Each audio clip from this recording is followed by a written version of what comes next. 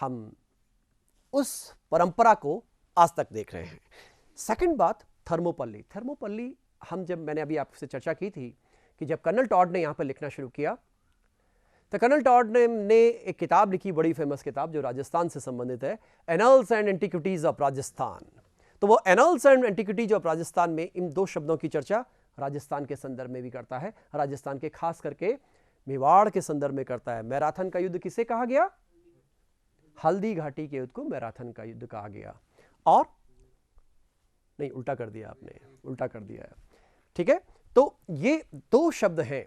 अब इन शब्दों के अंतर्गत जैसे हम थर्मोपल्ली की बात करते हैं, थर्मोपल्ली जो शब्द हैं, ये शब्द मैंने आपको बताया कि बेसिकली जो अभी तक का इतिहास लिखा गया, भारत के लिए भी ऐसा क्यों बोला जा रहा है कि जो उन लोगों ने लिखा वो यूरोसेंट्रिक अप्रोच से लिखा। जब यूरोसेंट्रिक अप्रोच से लिखा तो उनके दिमाग में यूरोप का इतिहास ही छाया रहता था।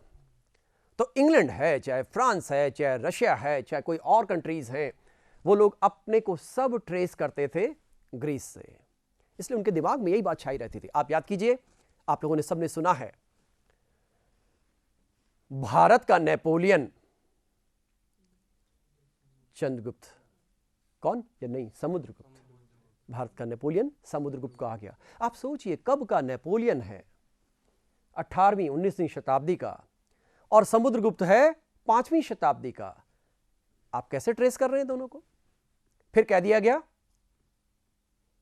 भारत का शेक्सपियर कालिदास के लिए, कालिदास 4वीं-5वीं शताब्दी का और शेक्सपियर 16वीं शताब्दी का।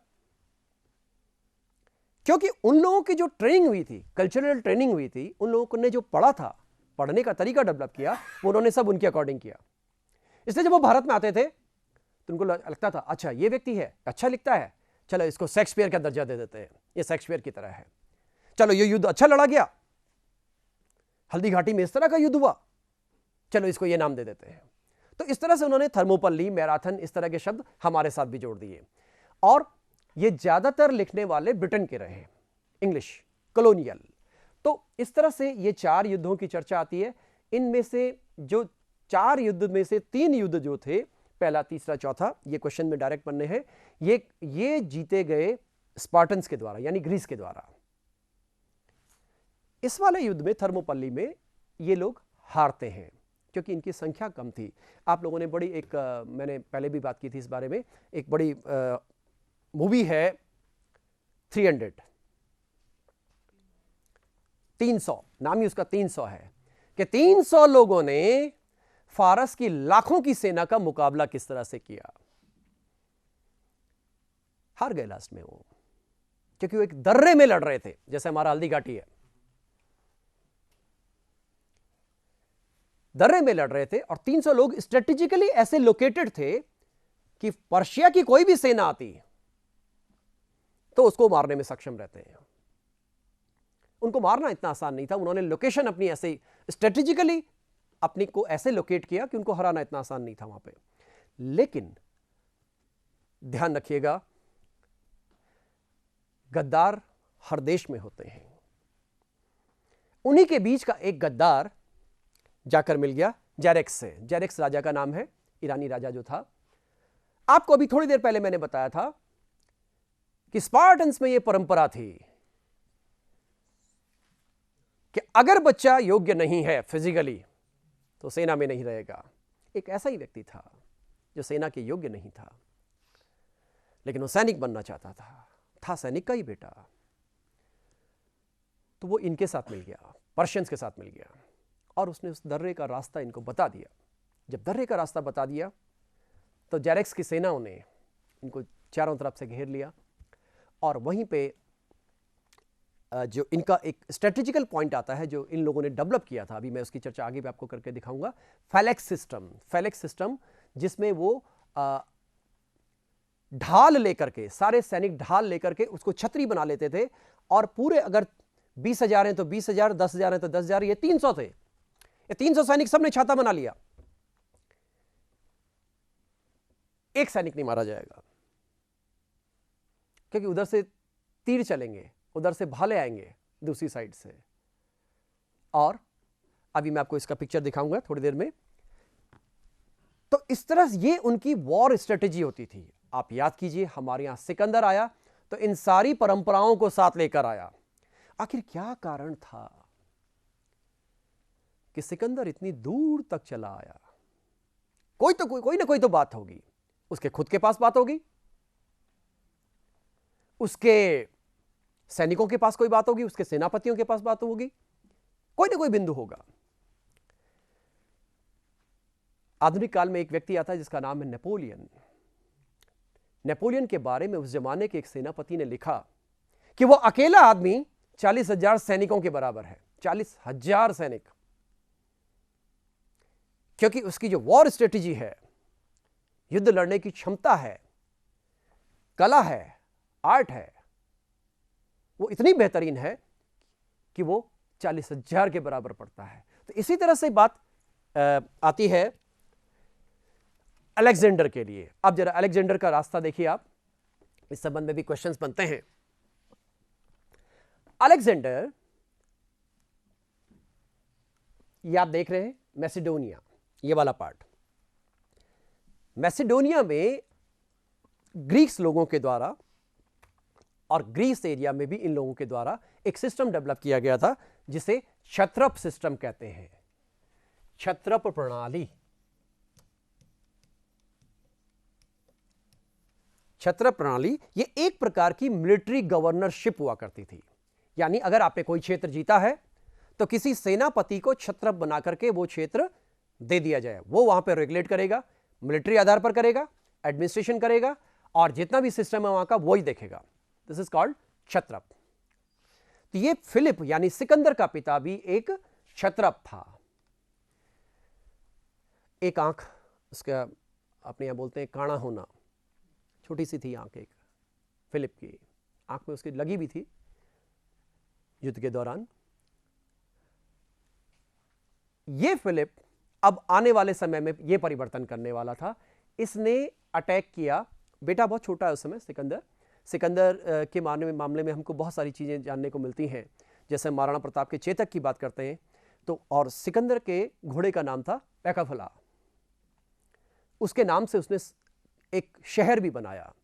घोड़े से इतना प्यार था, जैसे हम चेतक की बात करते हैं कि महाराणा प्रताप को वो सुरक्षित जगह में छोड़ करके तब उसकी डेथ हुई।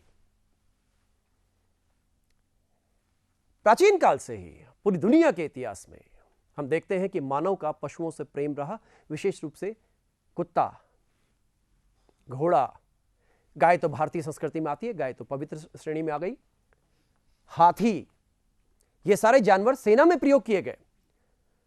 और आज की डेट में भी जो पशु सेना में लिए जाते हैं उनको कमीशन किया जाता है, उनको रिटायर किया जाता है। उनकी भर्ती होगी, रिटायरमेंट होगा, इस एज में रिटायरमेंट करेंगे। तो सेम यही बात थी। अब यहां पर आप देखते हैं कि लगभग 336 में आकर के वो क्या बन गया, पिता की डेथ हो जाती है, हत्या होती है, और वो रूलर बन जाता है, क्षत्रप बन जाता है। अब उसके दिमाग में, जैसा मैं कंटिन्यूएशन में पहले चल रहा था, कि अरस्तु से पूछता है कि क्या मैं पूरब का अभियान कर सकता हूं। अब किसी ने उस समय पूरब के बारे में ज्यादा नहीं सुना था। हेरोडोटस की किताबों में, थ्यूसिडियस की किताबों में भारत के बारे में इतनी सी चर्चा थी कि जब आप इस इलाके में कहीं जाते हैं, इस इलाके में, तो आपको बहुत दूर, अगर इस चोटी पे जाएंगे तो आपको बहुत दूर एक दूसरा पर्वत नजर आएगा जिसे हिमालय कहते हैं, और उसी के आसपास इंडिया है। इंडिया, इंडिका शब्द उन्हीं लोगों का है, वहीं कहीं भारत है। नक्शे इन्होंने शुरू में बहुत गलत बनाए क्योंकि जानकारी कुछ थी नहीं। अब हिटलर की जो इसकी अलेक्जेंडर की जो नाराजगी है वो पर्शिया से है, भारत से नहीं है, ध्यान रखिएगा। भारत तो इसलिए आ गया क्योंकि यहां तक उसका साम्राज्य विस्तार था। ये देखिए सामने लास्ट निकाया लिखा आ रहा है, निकाया उसी ने बसाया था। तो अब उसने चलना शुरू किया। एक और सख्त बात अरिस्टो ने बोली इसको कि तुम पूरब की ओर जा रहे हो, लेकिन पूरब का फलसफा, उनकी फिलॉसफी और हमारी फिलॉसफी में बहुत अंतर है। हम लोग कल्चरली बहुत साउंड हैं, सांस्कृतिक रूप से हम बहुत संपन्न हैं, समृद्ध हैं, हमारे पास हमारी एक फिलॉसफी है, हमारे पास हमारा एक विज्ञान है। लेकिन पूरब के लोग, ये उसकी थॉट उस वक्त की बता रहा हूं मैं, अभी जब लौटेगा तब मैं आपको डिफरेंट बात बताऊंगा। उनका जो कहना है वो उस वक्त ये था गुरु का, इनके साथ विशेष इंटरेक्शन मत करना, इनका विश्वास मत करना, ये जिस्मानी प्रवृत्ति के लोग हैं, ये भौतिकतावादी लोग हैं, इन बातों को लेकर के तुम जाओ, पूरब की ओर जाओ। वो बात कर रहा था भारत के बारे में नहीं, पूरब के बारे में। इसमें ईरान भी शामिल है, पर्शिया भी शामिल है। अब ये आगे की तरफ बढ़ता है। पहला इसका जो आप देखिए निशान आपको देख रहे होंगे, ये एक जगह पहुंचा इजिप्ट में, आज भी ये जगह मौजूद है, इसको कहते हैं अलेक्जेंड्रिया। ये सामने लिखा है अलेक्जेंड्रिया। अलेक्जेंड्रिया आज की डेट में भी इस भूमध्य सागर का, मेडिटेरेनियन सी का एक सबसे बड़ा पोर्ट है आज की डेट में भी। इसकी स्थापना सिकंदर ने की थी। सिकंदर जहां जहां गया वहां वहां वो अपनी संस्कृति के कुछ अवशेष छोड़ता चला गया, छत्रप डेवलप करता चला गया। और ये छत्रप बाद के काल में, मैंने अभी आपको बताया, हेलेनिस्टिक पीरियड में इसकी संस्कृति का विकास करने वाले हैं। इसके बाद वापस से लौटता है और धीरे धीरे धीरे गोगा मेला नाम के स्थान पर आता है। ये 331 से लेकर 331 यहां पे दो जगहें देखिए, ये आजकल इराक में पड़ता है। ये पूछा जाएगा कि कौन सा युद्ध हुआ था, जगह का नाम लिखें, गोगा मेला। गोगा मेला और दूसरा नाम इसका है अरबेला। ये जगह हैं दोनों, ये आजकल इराक में है। आजकल कमीशंस में ऐसे एग्जाम्स, ऐसे क्वेश्चंस पूछे जाते हैं, कोई जो युद्ध हो रहा है वो युद्ध किस देश में वर्तमान में स्थित है। तो जैसे क्वेश्चन आता है कि भाई वाटरलू का युद्ध हुआ था, वाटरलू किस देश में स्थित है, तो बेल्जियम में स्थित है। जैसे आया करबला का युद्ध हुआ था, किस देश में स्थित है, तो इराक में स्थित है। जैसे ये आया आपके पास गोगामेला। गोगामेला सबसे इंपॉर्टेंट युद्ध है सिकंदर का। ये लगातार युद्ध करता हुआ आ रहा है। देखिए ये इसकी कंटिन्यू जिंदगी युद्ध में गुजरेगी।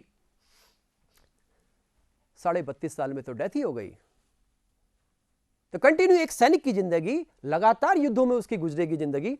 और ये 331 में गोगामेला में इसने डेरियस थर्ड नाम का जो राजा था, जो कि फारस का राजा था, फारस के राजा को इसने हराया। मैंने आपको बताया कि जो फारस के लोग होते थे उनके पास बहुत बड़ी सेना होती थी, बहुत बड़ी सेना होती थी। और इनको देख करके ग्रीक लोग वैसे ही डर जाते थे, इतनी सेना। उनके पास अगर 5,000 है तो इनके पास 50,000 होती थी। लेकिन स्पार्टन्स की तुलना में ये जो पर्शियंस थे ये प्रॉपरली ट्रेंड नहीं होते थे।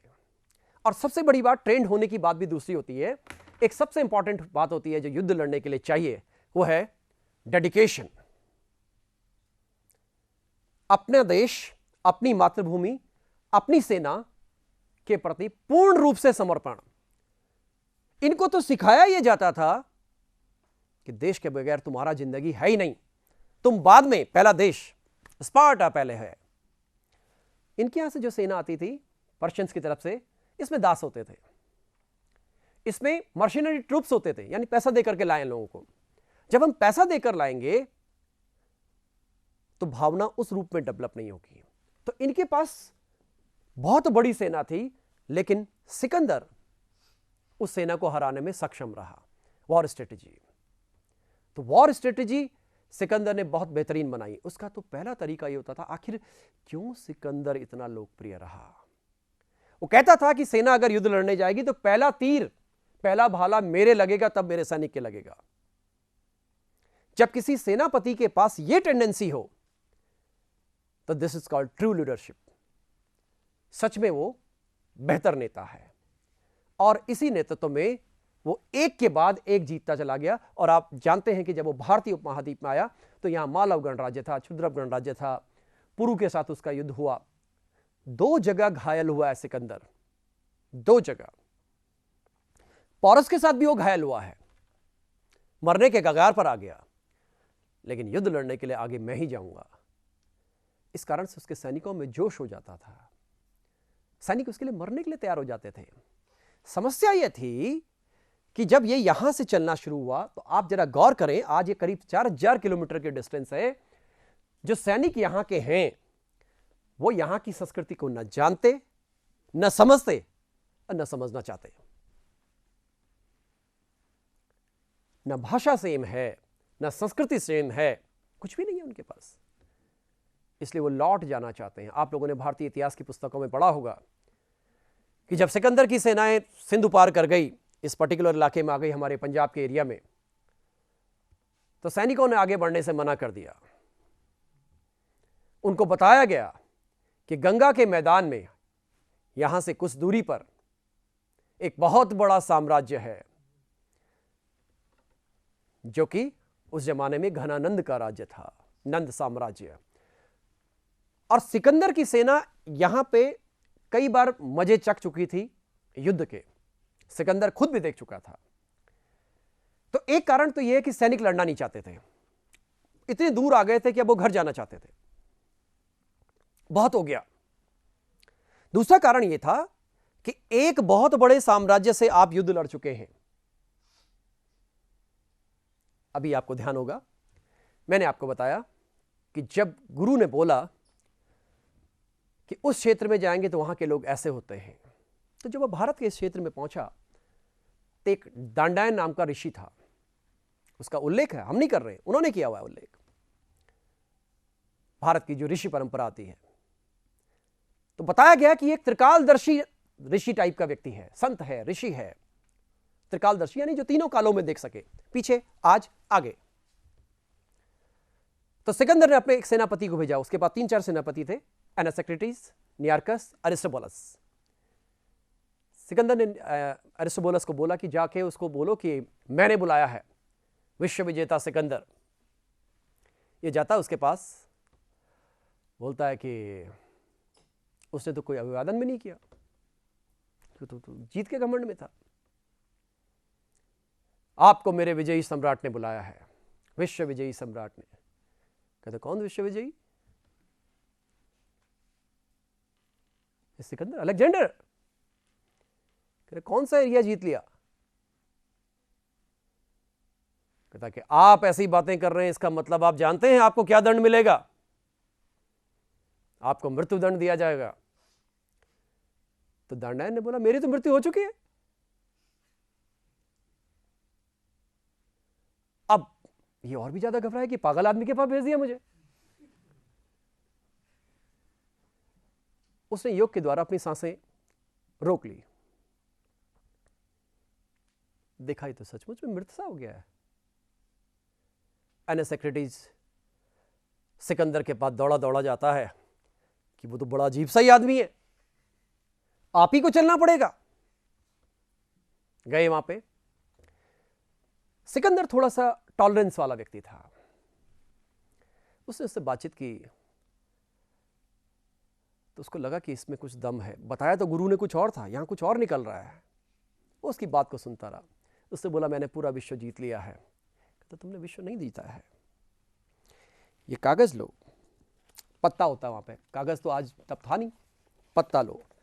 पत्ता रखता है, ये रखा पत्ता, ये तुम्हारा साम्राज्य है, आओ यहां पे पैर रखो इस किनारे।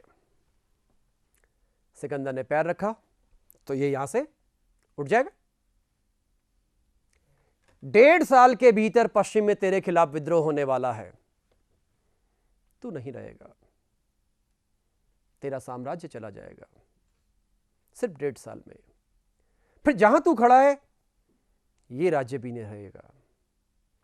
एक इसी की तुलना में भारतीय कथा में एक और उल्लेख आता है, उस पे कथा में लिखा हुआ है कि वहां पे चंद्रगुप्त मौर्य भी क्योंकि उस सेना का पार्ट बना हुआ था तो चंद्रगुप्त मौर्य भी वहां पहुंचा हुआ था। तो दांडायन ने उसकी तरफ इशारा करके बोला आर्यावर्त में नए सम्राट का जन्म होगा, और वो जन्म हो चुका है। ये सम्राट सामने है। वो तो सैनिक था उस समय। अब कहते हैं कि सिकंदर जब यहां से लौटा, 326 में वॉर खत्म हो गया, सारे 325 में सारा प्रोसीडिंग हो गई कि अब पश्चिम की तरफ चल रहे हैं, बेबीलोनिया की तरफ, फारस की तरफ। तो वो जब चलने लगा तो तो उसकी बायोग्राफी में और उसकी जितने बारे में उसके बारे में संस्मरण है, वहां लिखा हुआ है कि मरने से पहले भी सिकंदर अपने वॉर याद नहीं कर रहा था। उसको याद आते थे भारत के वो नंगे साधु कि वो क्या बोल गए। आप लोगों ने सबने सुना कि उसी व्यक्ति ने बोला था कि जब मैं मरूं तो मेरे हाथ बाहर निकाल देना, कि मैं जैसा आया था वैसे ही जा रहा हूं, दुनिया से कुछ भी लेकर नहीं जा रहा हूं। उसकी इस बात में बहुत बड़ा दर्शन छिपा हुआ है। आज अभी कभी आपको डिस्कवरी देखने का मौका मिले तो देखिएगा, फॉरेंसिक साइंस एक डिपार्टमेंट होता है, एक ब्रांच होती है। उस ब्रांच के माध्यम से निकालने का प्रयास किया जा रहा है कि सिकंदर के साथ वास्तव में उसकी डेथ हुई कैसे, क्या कोई पॉइजन था। अब वो सारी खुदाइयाँ होकर के उन सारी चीज़ों को, उसके जितना भी लिटरेचर है वो निकालने का प्रयास किया जा रहा है। तो सिकंदर का इतना पूरा ये जो आप एपिसोड देख रहे हैं, इस एपिसोड में हम इतना बड़ा साम्राज्य जीता हुआ व्यक्ति, इसलिए सारा इसको क्या कह दिया गया, देखिए आप, अलेक्जेंडर यानी ग्रीस साम्राज्य यानी हेलेनिक साम्राज्य, जब वो पर्शियन एम्पायर की तरफ बढ़ा और आगे वो इंडिया के बॉर्डर पर आ गया, तो इस पूरे साम्राज्य को शब्द हेलेनिस्टिक कल्चर के अंतर्गत दिया गया कि हेलेनिस्टिक कल्चर क्या है। देखिए, this is a fancy word. ये आपके पास आना है, क्वेश्चंस में पूछा जाता है। ये ग्रीक आर्किटेक्चर है। पार्थेनन की चर्चा मैं पहले कर चुका हूं। ये एक तरह का मंदिर है, ये जीएस का मंदिर है। एक्रोपोलिस मैंने आपको स्ट्रक्चर बताया था। एथेना का स्टैचू, एथेना एक देवी का नाम है, उस देवी के नाम पे नाम क्या पड़ा, एथेंस। पब्लिक बिल्डिंग्स है बहुत सारी। कॉलम्स मतलब ये जो खंबे स्तंभ बनते हैं वो कैसे बनते थे, इसके अभी थोड़ा आगे नाम आएगा। किस तरह के मार्बल्स का प्रयोग होता था, किस तरह का आर्किटेक्चर उनका था, इस बारे में हम लोग देखते हैं। ये देखिए इनका ग्रीक कॉलम्स हैं। ये दो तरह की शैलियां यहां पर प्रचलन में थी। एक तो डोरिक शैली थी और एक आयोनिक शैली थी।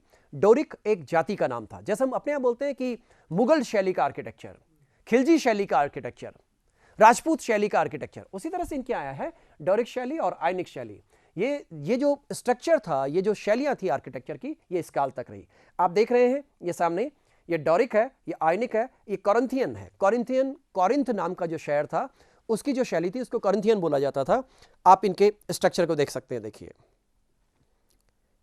ये तीन स्ट्रक्चर इसके सामने आ रहे हैं। आप याद कीजिए, आपको अगर याद आता हो, अशोक की लाट, सारनाथ से हमको एक पिलर प्राप्त हुआ है। और आपने देखा है कि भारत की जो हमारा मुख्य चिन्ह है सत्यमेव जयते, वो लाट लगभग इसी काल की है, अशोक के काल की है, चौथी शताब्दी ईसा पूर्व की, तीसरी चौथी शताब्दी ईसा पूर्व की। तो ये स्ट्रक्चर कुछ लोगों ने, जैसे कि जो पर्सिवल स्पेयर है या वीए स्मिथ हैं, जो अंग्रेज इतिहासकार थे और चिंतक थे, उन लोगों ने लिखने की कोशिश की कि ये जो खंबे हैं भारतीयों ने यानी मौर्यों ने इन लोगों से सीखे, ग्रीस से सीखे। लेकिन आजकल ये अप्रमाणित हो गया है। अब इसमें बहुत सारी चर्चाएं हो चुकी हैं, बहुत सारा आर्किटेक्चर में बहुत सारा काम हुआ है। वासुदेव शरण अग्रवाल की एक किताब है इंडियन आर्ट, उन्होंने इसमें पूरी आर्ट की किताब है, पूरी की पूरी आर्ट हिस्टोरियंस। नेक्स्ट आए, ये आप देख रहे हैं ग्रीक आर्ट। ग्रीक आर्ट की चर्चा हो रही है, कैसे देवी देवताओं के मंदिर बनते थे। अब बात आती है फिलोसफर्स एंड थिंकर्स। मैं यहां पे आपसे चर्चा कर रहा था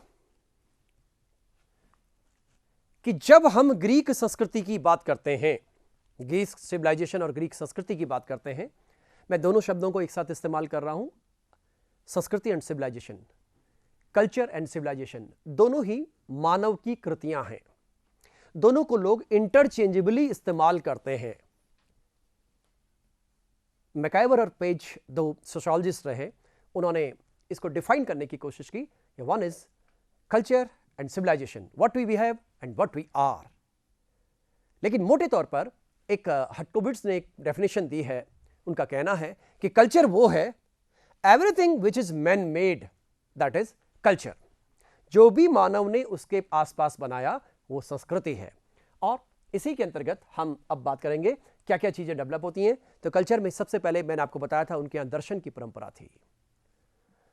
तो हम सोक्रेटिस को भी देखते हैं, हम प्लेटो को भी देखते हैं, हम अरस्तु को भी देखते हैं, हम सोफिस्ट को देखते हैं। आप लोगों ने यहाँ तो कई जगह इंडिया में स्कूल्स सुने होंगे, नाम सुना होगा, लड़कियों का महिलाओं का नाम रखा जाता है सोफिया, स्कूल्स के नाम होते हैं सोफिया। ये सोफिया शब्द यहां से आया है। और इसके बाद यहां पर कला की बात मैं आपसे कर चुका हूं, विज्ञान की बात, विज्ञान, गणित, इन सब क्षेत्रों में आप लोगों ने सबने सुना है पाइथागोरस। पाइथागोरस ज्योमेट्री में नाम आता है, पाइथागोरस की थ्योरम है, पूरी की पूरी थ्योरम है। और इसके अलावा जब यूक्लिड्स की बात करते हैं तो वो भी थ्योरम, थ्योरम क्या है, वो पूरी की पूरी ज्योमेट्री की किताब है उनकी। और आपको सुनकर हैरानी होगी कि 18वीं 19वीं शताब्दी में हमारे यहाँ जो जयपुर शहर है, जयपुर शहर में इस राज्य में जयसिंह द्वारा इस किताब का अनुवाद करवाया गया था। तो ये यूक्लिड्स और मैं खास करके पाइथागोरस की, इन लोगों की मैथमेटिक्स के क्षेत्र में बात कर रहा हूं। इसके अलावा एक बात आती है इतिहास लेखन। इतिहास लेखन, जैसा कि मैंने आपको बताया कि हेरोडोटस को इतिहास का पिता माना गया, थ्यूसिडियस को वैज्ञानिक इतिहास लेखन का पिता माना गया। ये दो क्वेश्चन खूब पूछे जाते हैं। ये 5वीं 6वीं शताब्दी से लेकर 4वीं शताब्दी के ईसा पूर्व तक के लोग हैं। पिछली बार तो क्वेश्चन ये आया था कि किस काल में था, क्वेश्चन ये था किस काल में था, 5वीं 6वीं शताब्दी ईसा पूर्व। क्या किया इन्होंने, देखिए मैंने पहले भी चर्चा की होगी ये कि किस तरह से दुनिया के इतिहास में इतिहास लेखन शुरू हुआ। ग्रीक्स ने इतिहास लिखा, रोमन्स ने उसके बाद इतिहास लिखा, चाइना वालों ने इतिहास लिखा, सुमेरियन ने इतिहास लिखा, अरबों ने इतिहास लिखा जिसको हम तारीख लेखन कहते हैं, भारतीयों ने इतिहास लिखा जिसको हम इतिहास पुराण की दृष्टि से देखते हैं।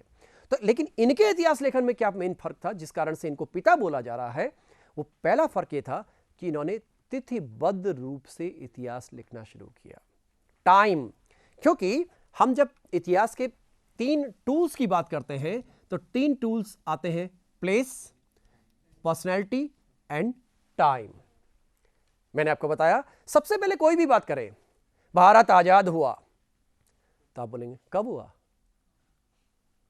तो पहला शब्द क्या आया, कब। एक्चुअली हम लोग अभी तक सोशल साइंस और ह्यूमैनिटीज को जो हमारा पढ़ने का तरीका है वो वैज्ञानिक तरीके से नहीं है। हमें सोशल साइंस एंड ह्यूमैनिटीज को, खास करके सोशल साइंस को WH से पढ़ना चाहिए। WH मतलब व्हाट, बट, वेयर, व्हेन। जब हम प्रश्नों के आधार पर पढ़ना शुरू करेंगे तो वैज्ञानिक क्रम बनेगा। तो चाहे एरिया सोशियोलॉजी का हो, चाहे साइकोलॉजी का हो, चाहे हिस्ट्री का हो, चाहे पॉल साइंस का हो। तो यहां पर इन्होंने जो इतिहास लिखना शुरू किया वो हिस्टोरिका नाम की किताब है, आजकल अवेलेबल है, अब तो उसके नए वर्जन्स आ गए हैं। जब थ्यूसिडियस ने लिखना शुरू किया तो उसने साइंटिफिक अप्रोच से लिखना शुरू किया। यहां पर मैं आपको बता दूं कि आज की साइंटिफिक अप्रोच क्या कहती है। आज की साइंटिफिक अप्रोच हिस्ट्री राइटिंग की ये कहती है कि कोई बात अगर बोली जा रही है तो वो बात किसी दूसरे सोर्सेस के माध्यम से प्रमाणित होनी चाहिए। आपने बोला भारत की राजधानी दिल्ली है, भारत की राजधानी दिल्ली है, ये किसी किताब में लिखा था। अब लोग अच्छा प्रमाण क्या है, तो किताब में लिखा था, तो किताब में तो कलकत्ता भी लिखा हुआ था क्योंकि अंग्रेजों के समय में कलकत्ता भी राजधानी रही। तब बोला गया ये रहे अभिलेखीय प्रमाण, अभिलेखों में आया है। आप देखिए इंडिया गेट पे क्या लिखा है। तब आएगा विदेशी साहित्य क्या कह रहा है, तब आएगा मुद्राएं क्या कह रही हैं, तब आएगा आर्कियोलॉजी क्या कह रही है। ये 5-6 प्रमाण अगर हमारे पास इतिहास लिखने में आते हैं then we are writing scientific history. Otherwise जैसे मैंने अभी ग्रीक इतिहास में आपको बताया कि इनके यहां मिथक ज्यादा था, लेकिन धीरे धीरे उन्होंने भी ऐतिहासिक किताबें लिखनी शुरू की और हेरोडोटस 600 साल तक तो मिथक ही चलते रहे। इसलिए उन्होंने भारत के इतिहास को भी ऐसा ही देखना शुरू किया, हमारे पुराणों को, हमारे वेदों को, हमारा वैदिक और वैदिकोत्तर साहित्य को। कई बार उन्होंने बहुत अच्छा काम किया, नो डाउट उन्होंने हमारे साहित्य को हम तक पहुंचाया, यह उनकी देन है। लेकिन उनमें कई लोग ऐसे लिखने वाले भी थे जिनका दृष्टिकोण भारतीय साहित्य, भारतीय संस्कृति के प्रति रिएक्शनरी था।